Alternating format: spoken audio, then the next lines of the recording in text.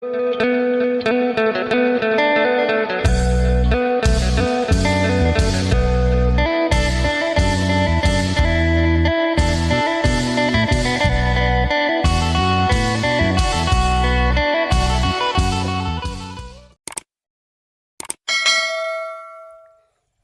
สบายดีและสวัสดีพ่อแม่พี่น้อง FC กันมืดสุขูสุคนบ่ว่าทางฝั่งลาวทางฝั่งไทยหรือต่างประเทศยินดีต้อนรับเข้าสู่ช่องบ่าวจะมั่มอีกแล้วเอาเข้ามาให้แม่เฒ่าก่อนบ่ฮู้ว่าแม่เฒ่าเพิ่นมาบ่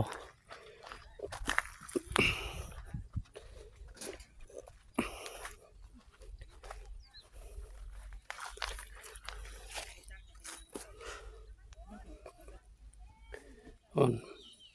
แม่เฒ่าเพิ่น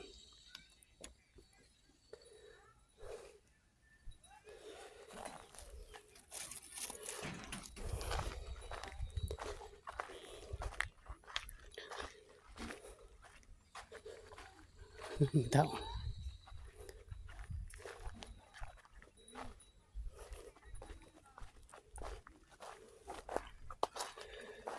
ใส่เรียบร้อยแล้วเนาะให้ก่อนประตูต่อเอาก็ได้จริงแน่นอันเอาออกบ่ได้นะฮะเอาออกบ่ได้เอาเข่าแล้วก็บ่ได้เอาเข่าแล้วก็ลูกมันก็บ่ทึกแล้วบาดนี้ไข่ก็สมอยอยู่ สบายดีแม่เฒ่า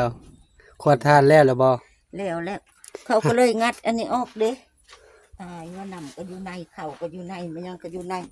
แล้วก็งัดพ่อเฒ่าบ่ใส่เองอาบน้ำนะพ่อเฒ่าบ่ใส่พอเฒ่าแล้วใส่จ้ะกับโพยตีโพลาตีแกบ่ออกบ่มันใส่เอาลูกมันแล้วก็บ่ได้บีบกลับเข้าไปแล้วก็เอาลูกมันไข่บ่ได้นี่ค่ะอ้าวคือว่าบ่ได้เบิ่งลองมึงมีบ่เล็กตัดเล็กฮะตัดต้นนี้ออกเลยถ้าเขาไม่ไข่แหละหันลูกก็แจเองเนาะลูกก็แจ้แล้วคันยิดเอาบนศพหันบ่ได้จนได้งัดออกมันบ่ตัวนี้บ่ได้ลมแรงๆได้แต่บ่ปีเขาพี่ก็จี้เอาแต่ศพมันนี่แหละมันบ่เป็นเพียงแบบนั้นจัง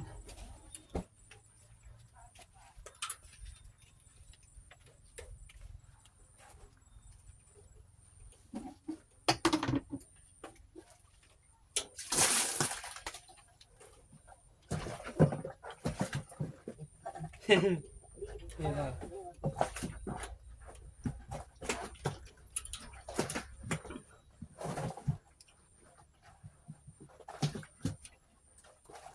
บ่ได้ขโมยพี่นะคะ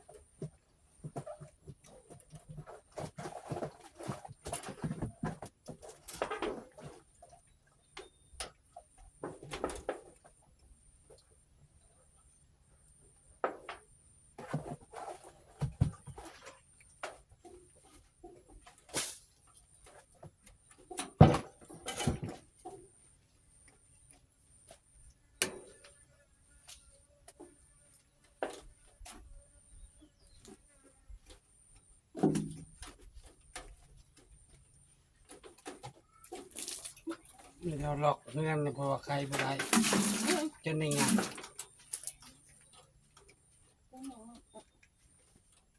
ลูกก็แจแต่ดนหรือบ่เป็นเฒ่าบ่ลูกก็แจ้ก็เขาซื้อมากับนั่นเด้ซื้อมาเด้ชื่อมาลูกมันเด้งหมดเลยนี่พี่เอาแต่ศพพะโลดโอ้พี่ก็เอาเข่าผัดกัดเข่าแล้วผัดไข่บ่ได้โอ้ยมันเป็นอย่างตัวหนังละปีกะมันก็มือพี่เลย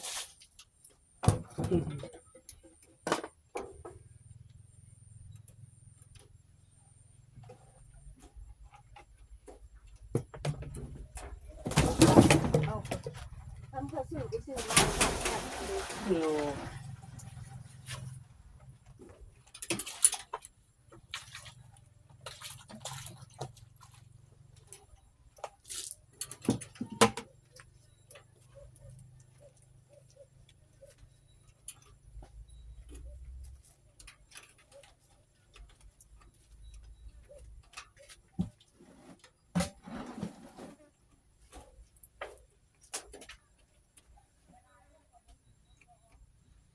บ่แม่นลูกว่าเขาเอาใส่พุ่นเนาะ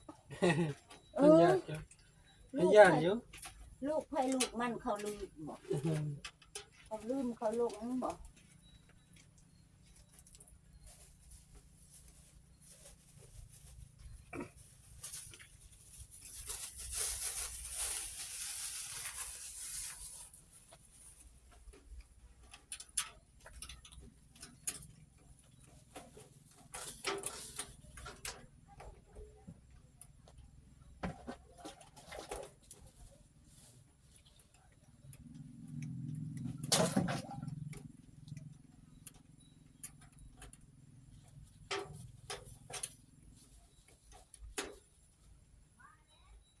ปึดเอาเลย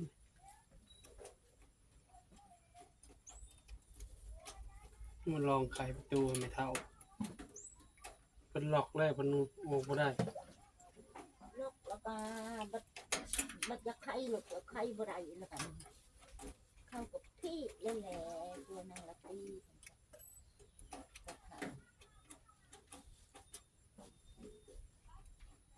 เนี่ยมันบ่ถึกล็อกบ่ถึกเกี่ยวมั้ย แต่ว่ามันบ่มีเพียงบอกไข่เอาไปซบใหม่ๆเลยนะ บ่ ตัวนางละตีก็ไข่ออกแล้วก็ใส่โลด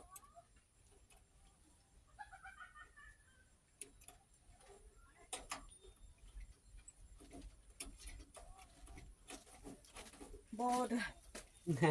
มือตะพิ มาแต่อาบน้ำเอาเท่า อาบน้ บ่ได้มื้อพี่น่ะ มัดมื้อนั่นบ่ ำอ่า เจ้าไข่นะ บ่ได้จังเป็นได้มาอ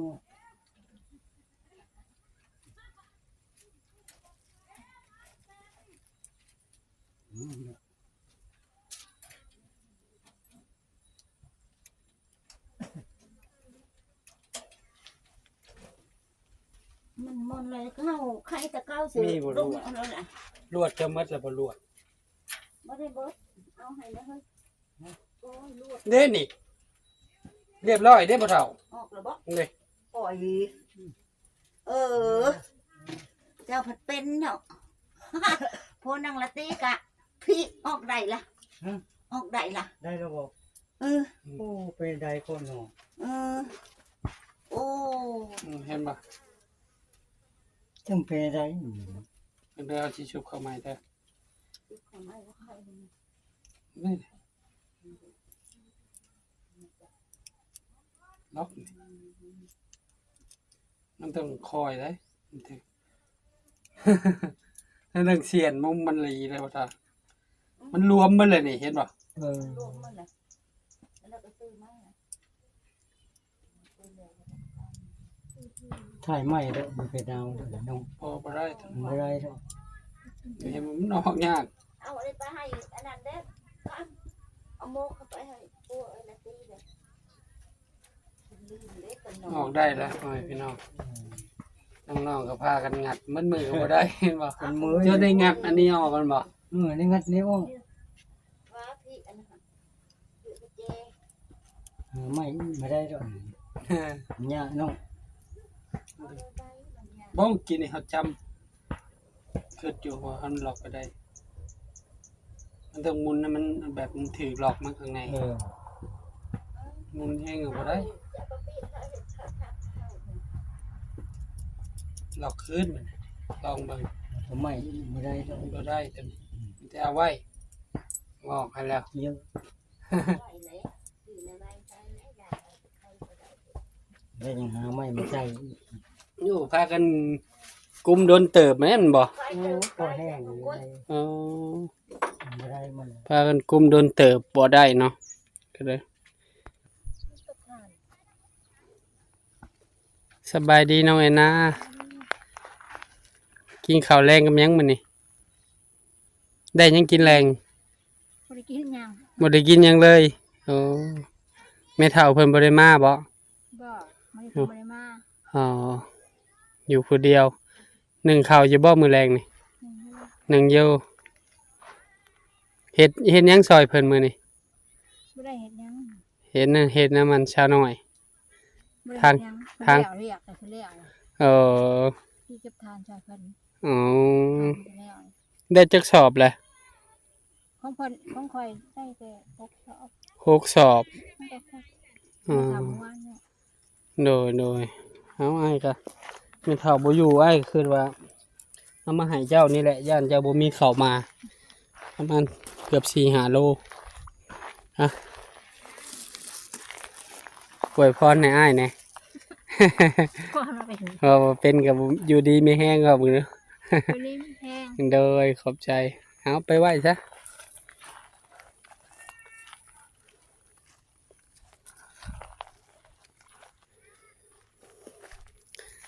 เข้ามาให้น้องแอนนาไม่เท่าเพิ่นบ่ได้มามื้อนี้เนาะ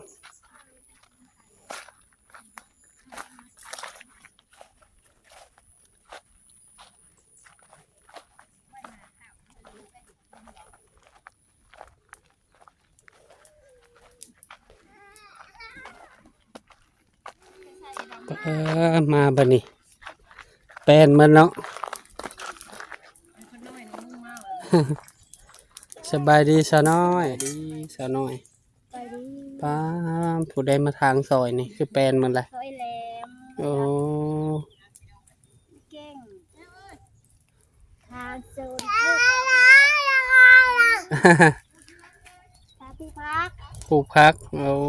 ผู้จักรยานใหม่เอลเซต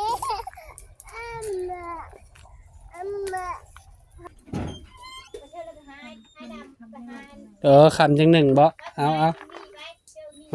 สำนักหน่อยเด้อซันเดอร์อยู่ดีมีแหงไม่เท่าเพิ่นบ่ได้มาไม่เท่าเพิ่นตัดพื้นบ่หรือว่าโดย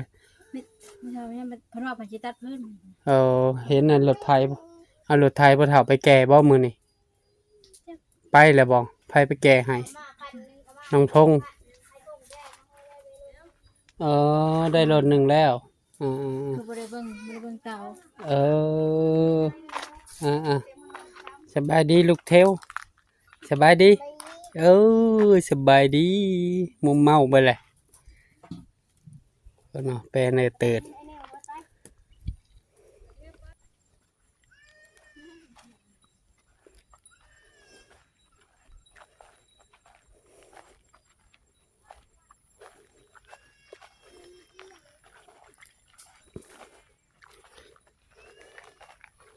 โอ้ยสิได้หมัดบักเบ็ดมาให้ได้ปะเท่าปลาในน้องขึ้นได้ฮะมันขึ้นเป็นแผ่นเลยปลานิ่งโตสัมพามือนี่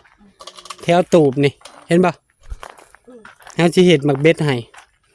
เห็ดบักเบ็ดขั้นแหละจะเอาไปตัดน้ำไม้ไผ่บะนังสิทธิ์อยู่หันมันเอาเลยเริ่มขึ้นได้นี่ปลาจะไปเบิ่งเรื่องฮะนะฮะไปสัมพีสัมพามือคนละไม่เท่าเห็นบ่ตึงเราก็ได้เมื่อเด้ได้บ่มื้ออื่นก่อนจะค่อยบ่มีเวียก เดี๋ยวหาเซียนเอาหมักเบ็ดมาให้ ทานก็เก็บแล้ว เจ้าก็ตัดเห็ดไม้ไผ่เอาไม้ไผ่แล้วไปนั่งสิบ่อนเจ้าขัวหอยก็มีเนาะขี้กระเดือนเนาะขุดเอาแถวนั้นไม่เท่ามันฮ้อนมันเอานี่ขึ้นเด้ นี่โดนค่อย เป็นแผ่นอยู่เป็นหมู่บ่เอกว่ะป้า มันบ่ขึ้น โตสุพีโตเดียวนี่ก็เผาเด้เนาะเผาโอ้ยว่ามันเอามันฮ้อนมันขึ้น โอ้ มันเอาแล้วมันบ่ขึ้นเนาะ แม่นมันเอานี่แหละได้ปลาน่ะ มัน เอาชิๆเลยมันขึ้นแค่หนึ่งเข่าว่าไม่เท่า เลือกดังให้นึง อันนี้เห็นห่านวางนั่น เขาเย็น วางเนาะเห็นห่านวางอันนี้ บ่อนตัก บอนตั้งคงอยู่คงกิน คอยเฮ็ดว่าเองสลิงอยู่ในเขาเฒ่าเฮ็ด เอาได้แล้วครับนะ เห็นมันตั้ง ฝากพ่อแม่เป็นกำลังใจให้หมู่ทุกคนเนาะอยู่ในเตาถ่านโดย มาฮอดนี้บ่าวจะมั่มขอบุญขอบคุณพ่อแม่FC ทุกท่านที่เบิ่งคลิปบ่าวจะมั่มแต่ต้นจนจบโดยบ่ขามโฆษณาเป็นกำลังใจให้ครอบครัวบ่าวจะมั่มโดย ฝากพ่อแม่เป็นกำลังใจครอบครัวบ่าวจะมั่มกดติดตามบ่าวจะมั่มกดไลค์กดแชร์อย่าลืมกดกระดิ่งเพื่อบ่พลาดคลิปใหม่ๆของบ่าวจะมั่มก็สิขอตัวลาพ่อแม่พี่น้องไปก่อนเด้อบรรยากาศยามแรงๆ5 โมงแรงอยู่ที่หมู่บ้าน